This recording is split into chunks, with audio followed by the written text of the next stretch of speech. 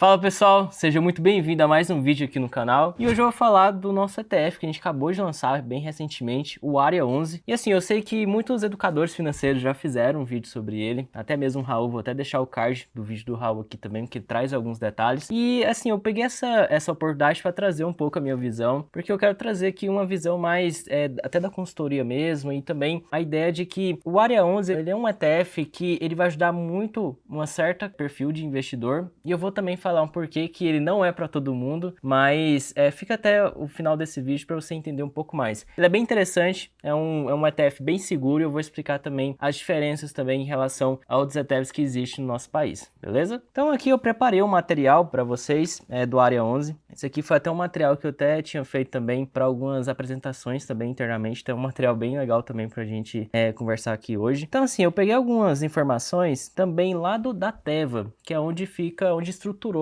esse ETF aqui pra gente. Então aqui, primeiro de tudo, como que é feito aqui o Área 11? Primeiro, o Área 11 ele é um ETF de renda fixa, então ele é voltado ali aos títulos do IPCA. Então lembra quando você vai lá no site do Tesouro Nacional, tem tanto IPCA, tem pré-fixado, tem LFT. Eu até coloquei aqui um pouquinho a diferença, né? Quando você for lá no site do Tesouro, se você vê lá NTNB, ele quer dizer que é um título que paga inflação e mais taxa pré-fixada. Então, por exemplo, IPCA mais 6, IPCA mais 7, quer dizer que são as NTNBs, que é voltado a esses títulos de inflação. Quando você entrar no site e ver que existe lá o NTFN, quer dizer que é o Tesouro pré-fixado com juros semestrais. O LTN é a letra do Tesouro Nacional, que hoje é o Tesouro pré-fixado, que são aqueles títulos que você já sabe o quanto você vai receber. E a LFT seria ali a letra financeira do Tesouro, que hoje é a nossa taxa Selic. Lembrando que quando a gente fala de LTN, que é a letra do Tesouro Nacional, é uma taxa pré-fixada, ou seja, como o próprio nome já diz ali na parte, a ideia do título. Quando a gente está falando de Tesouro Selic, é uma taxa pós-fixada, por quê? Ela altera conforme a política monetária do nosso país. Então, por exemplo, hoje a nossa Selic está 15%. Daqui a pouco pode estar 13%, 14%, ela é pós-fixada, então ela altera também conforme as políticas monetárias e também é muito influenciada pelas políticas fiscais do nosso país. Por quê? Se a gente tem uma política fiscal expansionista, isso faz com que o governo gaste mais. E se for um gasto muito insustentável, isso joga o juro de longo prazo para cima. Então a política monetária precisa ser contracionista para tentar travar um pouco ali a inflação, porque gastar mais também gera um impacto inflacionário. Então, pegando as informações aqui hoje, eu separei os 5 ativos que tem maior percentual dentro do Área 11, que é a NTNB 2055, que tem algo em torno de 14,3%, NTNB 2045, que tem algo em torno de 14% também, outra é 14,3%, esse 14%, NTNB 2060, 12,2% e NTNB 2050, 12,1%. Então percebe que existe muitos títulos de longo prazo também. Isso aqui é bom e também tem algumas contrapontos. Por quê? Se você está falando de títulos mais longos, você vai ter maior previsibilidade. Só que dependendo da política monetária, e às vezes a volatilidade também de alguns títulos, eles aqui também podem movimentar mais rápido. Mas para quem quer previsibilidade, é interessante ter títulos mais longos. Aí aqui eu estou considerando títulos soberanos, né? Eu particularmente gosto de títulos de renda fixa, pelo menos da parte privada, por exemplo, CRIs, CRAs, debêntures, geralmente de 5 a 10 anos no máximo. Mas como a gente está falando de títulos soberanos, faz sentido mesmo ter títulos mais de longo prazo para trazer previsibilidade, né? Porque ao longo do tempo o ETF vai também adquirir novos títulos. Então, para ele não fazer essas movimentações tão rápidas no mercado de renda fixa, é melhor você posicionar também em um percentual maior em títulos de longo prazo. Agora, entrando nesse outro slide, eu queria trazer para vocês a rentabilidade do Área 11 em relação ao IMAB. A gente pode perceber o seguinte, é um ETF que vai trazer um retorno próximo ou levemente superior ao IMAB. Por quê? O IMAB ele é quase próximo ao que o Área 11 faz, porque ele também é um índice que tem títulos do governo, então lá também tem as NTNBs. Então assim, algum momento o IMAB pode estar acima ou pode estar bem próximos também do Área 11 ou vice-versa, depende também no formato que depende também do momento que você vai comprar o título. Então, por exemplo, se a gente for pegar aqui 2023, se a gente pega aqui o Área 11, ele deu algo em torno de 17,17% e o IMAB 15,99%. Então teve uma diferença positiva para o Área 11 de 1,17%. Se a gente pega aqui 2024, a gente tem aqui um resultado de 3,19% 2,9% e o IMAB 2,40%. Então teve uma diferença aqui de 0,79%. E se a gente considerar agora esse ano de 2025, no momento que eu estou fazendo esse vídeo, a gente tem aqui uma rentabilidade do Área 11 de 9,43% e do IMAB 9,63%, ou seja, o IMAB tem tido aqui um resultado um pouquinho maior. Só que o que acontece? Ele é muito próximo, porque são dois produtos, assim, o IMAB é um índice, que eles trabalham muito juntos. Então, em algum momento que você adquirir um ETF do Área 11, ele vai ter um retorno bem próximo. Então, imagine o seguinte, se você está comprando o Área 11, provavelmente também você está se expondo à mesma rentabilidade ali, ou bem próximo da rentabilidade do IMAB. Então, não foge muito disso. É a mesma coisa de você adquirir, vamos imaginar que você tem um ETF do S&P 500. Se você adquirir o VO e o SPHQ, que são dois ETFs do S&P 500, só que o SPHQ ele tem alguns critérios de qualidade. Então, por exemplo, de lucratividade, rentabilidade, é um ETF que tem critérios mais qualitativos. Geralmente ele vai ter um retorno bem próximo ou superior ao VO, que é um ETF do S&P 500 que é mais tradicional. Mas você pode pegar o IVV, VO, SPY, todos eles também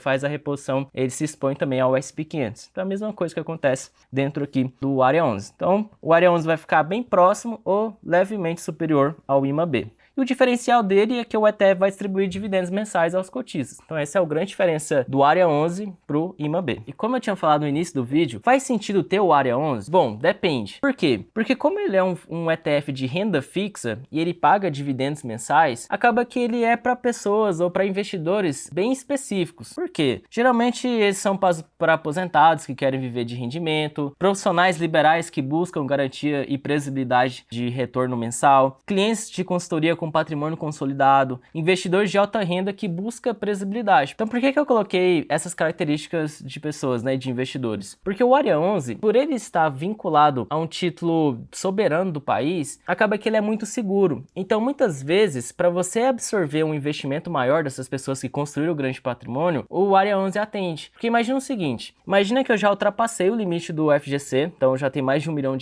e eu já ultrapassei essa cobertura, vai chegar um momento que você vai pensar o seguinte, às vezes é melhor eu ter uma rentabilidade bem próxima do mercado, mas eu ter uma segurança maior do que às vezes ficar arriscando muito em título privado ou às vezes de estratégia mais sofisticada. Por exemplo, provavelmente você já deve conhecer alguém que tem um patrimônio relevante e ele simplesmente deixa o seu recurso em um LCA da Caixa Econômica ou LCI de algum banco bem tradicional, um emissor bem tradicional, um Bradesco, pode ser qualquer banco mais conhecido. Por quê? Geralmente ele vai ter uma taxa menor, né, do que acontece no mercado, mas vai ter a segurança do emissor. A mesma coisa aqui do Área 11, você tem que ter essa ideia. Ele foi estruturado, claro, para as pessoas que querem receber renda mensal, isso aí é o grande objetivo dele, renda mensal que tenha também o reajuste ali do poder de compra da moeda, né, que é voltado à inflação, mas também para absorver esses grandes investimentos. Por isso que a gente colocou aqui, ó, clientes de consultoria com patrimônio já consolidado, porque ele já tem um patrimônio legal, ele quer usufruir da renda dele, então o Área 11 atende. Então assim, faz sentido ter o Área 11? Faz, mas depende também do momento que você está na sua vida. Por exemplo, se você for um jovem, por exemplo, se for eu mesmo, às vezes eu posso ter um Área 11, mas voltado ali para os títulos de inflação dentro do meu portfólio de renda fixa. Mas não faz sentido eu colocar todo o meu capital lá, porque ele é um ETF mais para as pessoas mais conservadoras que quer ter renda mensal. Então acho que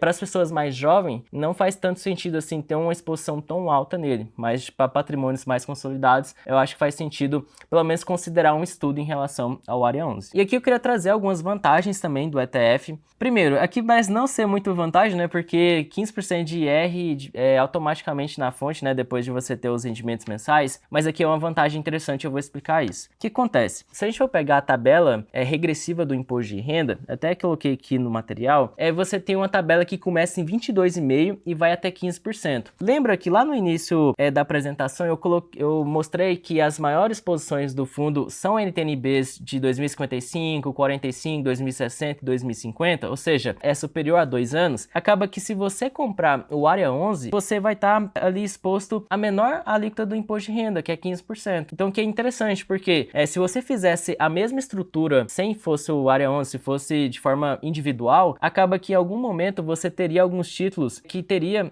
um percentual ali dos 22,5%, né, de juros semestrais também. Isso aqui acontece muito por conta da estrutura também, porque para ETF ETFs, você tem um incentivo fiscal também em relação a esses rendimentos, né? Seria 15% ali de IR, sempre seria 15% de IR. Por exemplo, se fosse ETFs que pagasse dividendo, também seria 15%. Então percebe que não tem muito incentivo fiscal para ETFs que pagam dividendos de forma ali mais tradicional. Por exemplo, se fosse um ALVP11 pagando dividendo, você não teria a isenção da pessoa física, porque a gente tem um dividendo isento, né?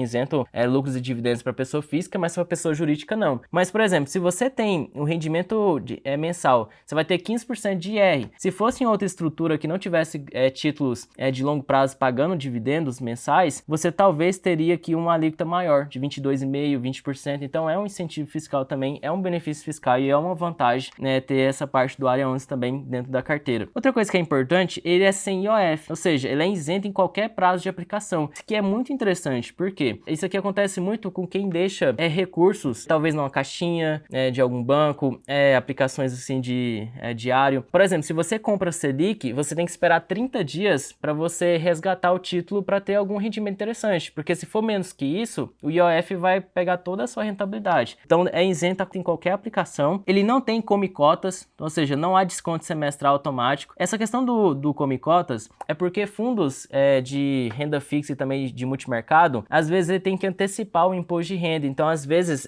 para ele não te cobrar ali no rendimento, ou às vezes quando você vai tirar, ele faz o tal da come cotas, ou seja, ele vai tirando ali o percentual que você teria do fundo. Então, por exemplo, imagina que você tem uma cota de um fundo de renda fixa ou multimercado. Ele tem que tirar 20%, por exemplo, de imposto de renda. Estou considerando aqui no curto prazo. Então ele vai ter que, desse R$1, ele ia cair para 0,80, né? Por isso que teria a come cotas, porque ele teria que tirar essa parcela e entregar também como imposto de renda. Então não tem essa parte do come cotas. A alíquota fixa de 15% desde o primeiro dia, não segue tabela regressiva, como eu tinha explicado anteriormente. E também tem a retenção automática. A corretora desconta e recolhe o imposto de forma automática. Então você não precisa se preocupar em relação a essa questão do imposto de renda, né? A própria corretora já faz esse trabalho para vocês. Então são algumas vantagens também do Área 11. E claro, a maior vantagem é o rendimento mensal, né? Você sempre vai ter rendimentos ali, dividendos mensais, que também seja reajustado ao poder de compra. Agora que é bem interessante essa parte da proteção, porque eu não vejo muitas pessoas fazendo essa conta. Então que é legal para você entender, até porque é importante ter títulos voltados à inflação dentro do portfólio de renda fixa. Imagina o seguinte, quando você vê um título, por exemplo, IPCA mais 6, significa o seguinte, significa que você vai ter um título que vai pagar IPCA e mais 6%.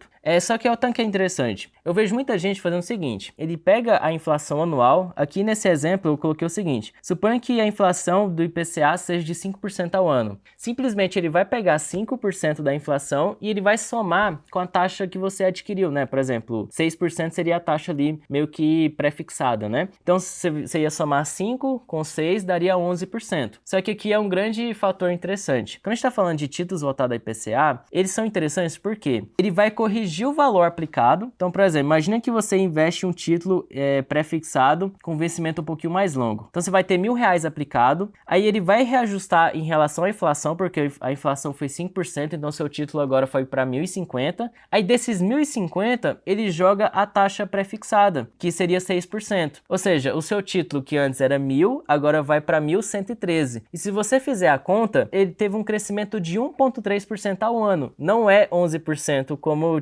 muitas pessoas fazem, né? Tem o IPCA mais 6, seria 11%. Não, vai ser 1,3%. Então você tem esse efeito composto ali, né, em relação a esses títulos. Tudo bem que 3% a mais, né, 1,3% não é tanta coisa assim, mas no longo prazo isso faz diferença. Então é importante também você entender um pouco mais sobre esses cálculos. Entendeu? Tanto que é interessante porque o valor do IPCA, ele reajusta o valor aplicado, o saldo que você tem em aplicação. Depois vem os 6%. Então você sempre vai ter o reajuste do seu poder de compra nesses títulos, porque o IPCA sempre vai em relação ao valor que você aplicou e não a soma ali com 6%. E aqui algumas dúvidas que eu tirei lá da UVP Analítica, da nossa plataforma, teve algumas perguntas por lá. Então eu peguei lá e eu vou responder do jeito que eu peguei de lá, então é uma resposta oficial. Então uma pergunta mais famosa é o seguinte: como o Área 11 paga renda mensal? E a resposta é simples. Por quê? O fundo ele compra vários títulos do governo que paga juros em meses diferentes. Então enquanto um título paga em maio, outro paga em agosto, outro em novembro, ou seja, o fundo ele junta tudo e distribui para você mensalmente. Ou seja, existe uma metodologia que vai pegar todos esses cupons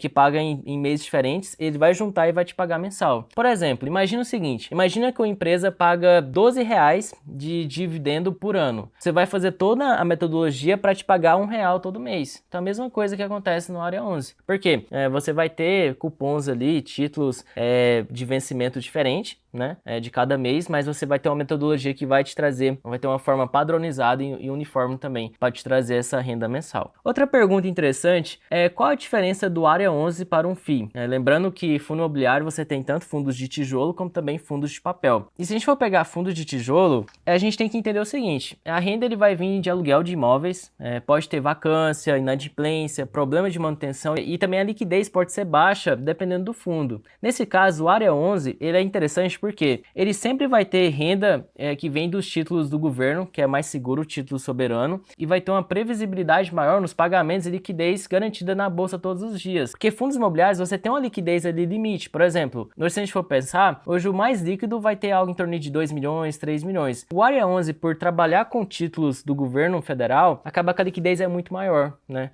Porque esses títulos são negociados com maior frequência. E você também não tem um risco também operacional, porque a renda que vem de aluguéis pode ter vacância, como a gente tinha falado anteriormente. Ou seja, vacância é o seguinte: imagina que você tem 100 prédios e 90 prédios estão alugados. Ou seja, você tem uma vacância de 10%, porque 10 prédios não estão alugados, né? Então você não tem aquela renda naquele momento. Você pode ter inadimplência também do locatário. Então, assim, é um risco diferente. São perfis de risco diferentes. Por quê? A gente está falando de um fundo que tem exposição a títulos soberanos do nosso país, que tem uma previsibilidade maior, uma segurança maior do que qualquer outra empresa privada que tivesse em comparação aqui. Pode ser fundo imobiliário, pode ser ação, pode ser qualquer empresa privada. Teria uma segurança menor do que o Área 11, porque o Área 11 está vinculado a títulos soberanos de um país. Então sempre vai ter uma segurança maior. Outra dúvida também que teve é quais os custos para investir no ETF. Então, além da taxa de administração de 0,30%, pode incidir taxas de corretora e também emolumentos da B3. Claro, isso aqui não está no controle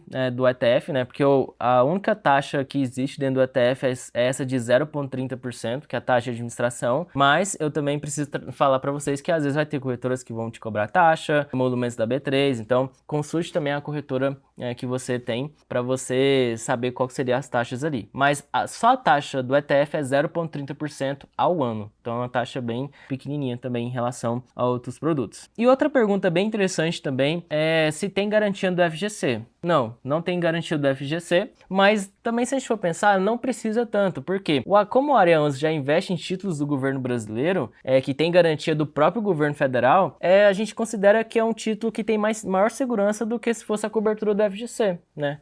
Porque o FGC ele tem um limite. Se a gente for pegar hoje, o patrimônio líquido do fundo, do fundo garantidor de crédito dá em torno de 30 a 40 bilhões, se a gente for pegar os dados. Poxa, o Estado brasileiro sempre vai ter uma segurança maior do que o fundo do FGC. Por exemplo, a gente teve alguns problemas que envolveu até o Banco Master mesmo, e isso teve muito ruído, né, no mercado. Não aconteceu nada por enquanto, mas, por exemplo, muitas pessoas estavam preocupadas com a liquidez do FGC, né, porque ele tem um limite. Agora, os títulos do governo federal, a gente está falando de uma sustentabilidade maior. Então, só teria um problema se o Brasil entrasse em insolvência, ou seja, deixasse de pagar a sua dívida pública, que é algo, se a gente for pensar, é algo improvável, né, nos dias de hoje, né, porque isso é muito importante para o governo federal. Então aqui seriam essas informações que eu queria trazer para vocês. É uma visão minha mesmo em relação ao ETF Área 11. Eu acho que ele é muito importante para certos investidores que já têm um patrimônio relevante, mas ele também pode ser importante para as pessoas que às vezes têm um percentual ali em renda fixa. Por exemplo, renda fixa a gente tem pré-fixado, pós-fixado e tem inflação. Pós-fixado tem a ver com CDI, com Selic. Então imagina o seguinte: você tem uma estrutura de 50% em inflação, 30% em pós-fixado, CDI, e 20% pré-fixado. Se você tem ali essas estratégias de renda fixa, acaba que de algum momento você precisa ter inflação, né? Então, por exemplo, você pode, desses 50% que você tem de inflação, imagine que você tem uma camada de 100% agora. 50% pode ser títulos privados e 50% títulos públicos. Aí faz sentido também ter o Área 11 como exposição ali. Mas esse vídeo é mais educacional e também é uma visão. Então, eu espero que vocês tenham gostado. Deixa um comentário também, curte esse vídeo e também compartilha com as pessoas que você acha que faz sentido esse conteúdo. Então, muito obrigado, até mais. Valeu!